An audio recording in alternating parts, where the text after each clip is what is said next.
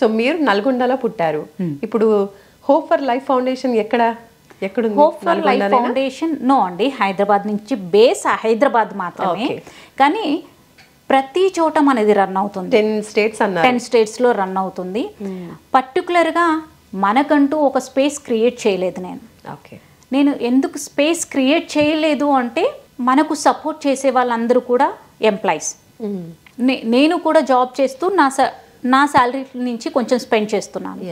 ఇలాంటిది నేను ఒక ఆఫీస్ క్రియేట్ చేసి దానికి 30-40 వేలు ఖర్చు పెట్టేది దానికంటే ఆ 30-40 వేలు ఉంటే ఇంకొకరికి యూజ్ అవుతుంది, ఇంకో 10 మందికి యూజ్ అవుతుంది. అదే బేస్ చేసుకొని ఇప్పటి వరకు అయితే ముందుకు సాగుతున్నాం. ఏదన్నా గవర్నమెంట్ సపోర్ట్ దొరికితే మాత్రం వృద్ధులని పిల్లల్ని ఒకే గొడుగు కిందికి తీసుకురావాలని ఒక ఆశ అన్నమాట.